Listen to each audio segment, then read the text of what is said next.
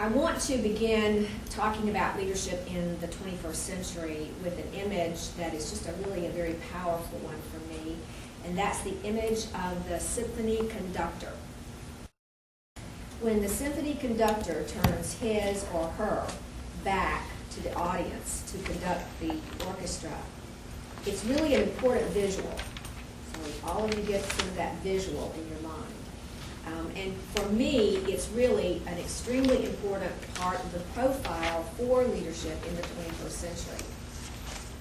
When the conductor communicates with the orchestra, it's very precise, it's always very efficient, it is with great purpose, and a lot of emotion in that moment. The outcome of that action, turning his or her back on the audience, speaks very loudly for the cause of focus and vision and a particular style of communication. It's the kind of style that as leaders you need to be able to copy. You know American Sign Language? American Sign Language. To me, this is a great one, and maybe it's good that you don't know it because I'm not sure I get it right. But the American Sign Language for management is holding like the reins of the horse. Okay, we're holding the reins of the horse. And the American Sign Language for leadership is holding the hands together and rocking. So as a leader, you hold your charge very sacredly. You're not controlling it. But you're holding it very sacredly. So we're going to talk about nonverbal communication. Our body talks whether we want it to or not. Okay? And what it says speaks much more powerfully than our words. And I have come to depend much more on what people do than what they say. Because what they do is actually their message. And what they say is not as relevant as what their body says. So we're going to begin to talk about what your body says that you maybe aren't even aware of.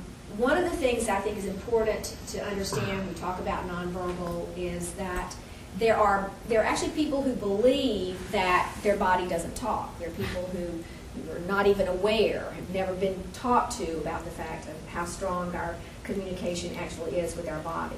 And we know we're all unique, but there are tendencies that we share. Like happiness is a universal sign. The frown is universal. I mean, we have the archetypal pattern of the mask of comedy and tragedy. How many of you have ever been to see the Cirque du Soleil anywhere? Isn't that fabulous? French mime. They say nothing, but do you know the story? Absolutely. You know the entire story. So our body is a very powerful thing, and we don't pay a lot of attention to it, and we certainly don't control it the way we should. The greeting. Nothing more important than the handshake. And I know that all of you in business do that. And yet it's amazing to me how many people cannot shake hands well. They just do not, they are not able to. I always say, dead fish handshake, dead career. And one of the things, you need to practice it. It sounds so simple and trivial, but I will tell you, that impression is very lasting. Okay, let's just see. How you doing? See, now he's double gripping there, and definitely. It's a politician thing. It is a it's a, where's your Briggs? It's a, oh, you're a T. See, I would have thought an F would do that. It's a curveball. Okay, so he's holding my hand, which is kind of nice. But I wouldn't negotiate. That's not helping him in negotiation at all to hold. So the important thing about the handshake always is that the web of the hand touches. If you do not extend yourself into that handshake enough for the web of the hand to touch, then you have not consummated that greeting. What do you do when the other guy grabs? It's hard. When he grabs too early. Yeah, it's very hard. You actually try to fix it. You try to fix it if you can in the moment. And Bill's approach is not a bad one. If you can think fast enough to put your other hand there, then you have more of the handshake. I've also, and this is the way I was taught, and this is when I come out, You the open? hand is that way, and it's a little higher. That way, visually, the hand is seen that it's open, and that helps because, like, especially in a large meeting organization. I mean, A, it says a lot about yourself, but also B, it's inviting and says, okay, I'm here to shake. Right. Right. It's very comforting, and you notice how Al has his fingers open, okay? That is a sign of honesty. That says, I will tell you everything that you ask me. Interesting that we judge everybody by their behavior, except we don't judge ourselves by our behavior. We judge ourselves by what we intended. Like, what did we intend to do? That's how we judge ourselves. We judge everybody else by our behavior. So when we're talking about business presentations, which is what our goal is here, so to make you into a very strong business presenter, we want to sort of separate content and delivery. We talked a little bit about this yesterday. Content and delivery. What do you think is the most important, content or delivery? Delivery. Delivery. Is that unanimous? Mhm. Y'all think delivery is the most important? You talking about the end game or in perception? Huh? I think they're equal. You think they're equally important? Delivery. You got to make them believe in what you're Yeah, saying. even if it's hogwash. If Even you it's do it hogwash. right. See, Right. See, and that scares me a little bit because I know there's a grain of truth in that. But then you think about someone like Hitler.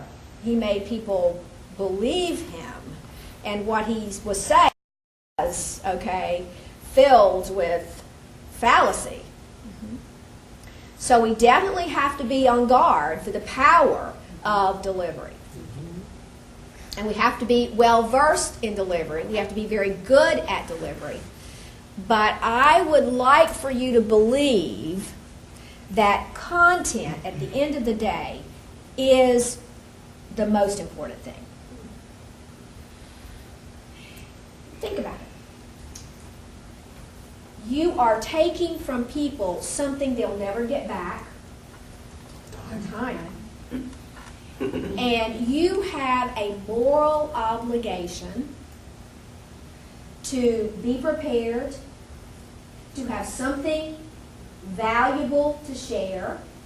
Be nice if you could be entertaining. That's the delivery part of it. But there is a moral obligation when you take people's time, when you leave them, for there to be value added. And so there needs to be always a dedication to content. This is about the eyes. The eyes tell us everything. Are you intelligent? Can I trust you? Can I believe you? Are you sincere? Are you telling me the truth? All of these things in the eyes. So we're going to work, this is an exercise on eye contact. Take a minute and think about a story, okay? It can be a story from your business. It can be a personal story. You're going to be telling us a story. Think of one. A story, okay, that will tell us something about you as a person, some revelatory thing that reveals something about you as a person. Some of the stories that you've told already, that kind of story will work for this. But this time, I'm looking for energy and animation before the audience. Okay? Energy and animation. We have to be entertaining as a speaker. So I'll give you a minute to think about a story for which this will work. So you're definitely going to be entertaining, but we're going for energy. Remember, we're working on that sense of style, presence, and power that compels people to pay attention to us. And the one thing that makes people watch you is what kind of energy are you putting out? Where is that energy? And it makes the audience, why should I care? Why should I pay attention? It's because something's going on. Just do a little tutorial, a couple of points about Q&A. All of you are managers, and you have to take questions from the audience, and it's something that's not handled very well in terms of how managers use Q&A. So just as a kind of a little aside for you, I want to make sure that I don't leave this out. When you open the floor up to Q&A, you want to make sure that you are very clear who's asking the question. You make eye contact with that person. As long as they're asking the question, you hold eye contact with them until they've completed the question. And then you repeat the question for the entire audience. You repeat the question. There is nothing more frustrating. There is nothing that will disappoint an audience with you as a speaker if you're talking about something that they don't know anything about. So you want to maintain eye contact until the question is finished. You want to look at the entire audience and repeat the question. Is there a size audience that, I mean, it kind of seems silly in this room to repeat it? No, you want to, and you do it for two reasons. Number one, it's the size of the audience so they hear it, but then number two, so that it's also very clear. So what you are asking me is, so the question is, so you always want to repeat the question. So the question is, and I would say, James, that's a very good question, and your question is, how should you handle the repetition of the question? You just said something, and I've always wondered about this. That's a very good question. Is that safe territory? Not always. I would only do it if it was a very good question. Okay. I wouldn't do it because it can be patronizing, and your audience is going to know that immediately. If it's not a good question, it's not a good question. Okay. So you make eye contact with the person that asked the question. You repeat it in some version for the audience. And then you answer the question. You answer the question. Never turn back to the person who asked the question and say, well, did I answer your question? Because 9 times out of 10, you didn't. But as a manager, speaker before an audience, you want to make sure you don't get into that little quagmire. So it's kind of like self-protection there.